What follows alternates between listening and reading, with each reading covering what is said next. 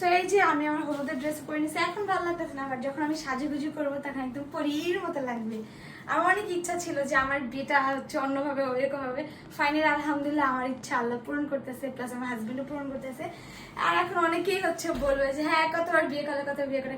আপনারা কাবিন বুঝেন, কাবিন হচ্ছে একটা উঠাই নিয়ে যায়, আরেকটা হচ্ছে 2-3 বছর পর যখন ছেলে মেয়ের পড়ালেখা শেষ হবে, অনেকে পড়ালেখার জন্য গ্যাপ দেয়, অনেকে যায় না কিসের জন্য, পারিবারিক কারণেও গ্যাপ দেয়। বাট আমাকেও তো মানে এত সুন্দর বউ পাইছে যে সেদিনই তুলে নিয়ে যাবে, সেদিনই তুলে নিয়ে গেছে। বাট আমাকে প্রমিস করছিল যে 2-3 বছর পর আবার প্রোগ্রাম করবে। ফাইনালি এই যে প্রোগ্রাম করছে, এতদিন যেগুলো দেখছেন সেগুলো হচ্ছে আমাদের অ্যানিভার্সারি প্রোগ্রাম, আর এখন হচ্ছে আমার বিয়ের প্রোগ্রাম। কেমন লাগতেছে তোমার বউকে? তুমি সেটা বলতেছো না কেন? এখন তো মানে পুরোপুরি রেডি না। পুরোপুরি রেডি হওয়ার পর বউকে একটা বউ লাগবে, তাই তো? আর তোমার কথা তুমি পয়লা দেখলে আগে ভিডিও তো করা হইলো না বলো? আমি তো যখন নিছি তখনই আমি ট্রায়াল দিয়ে নিছি। হ্যাঁ, আর আমার যেটা যেহেতু আনস্টিচ ছিল পুরোটাই স্টিচ করতে হয়েছে, যার কারণে আজকে হচ্ছে পরে ফেলছি। আমি অনেক এক্সাইটেড, আমার বিয়ের জন্য আপনারা অনেক এক্সাইটেড না?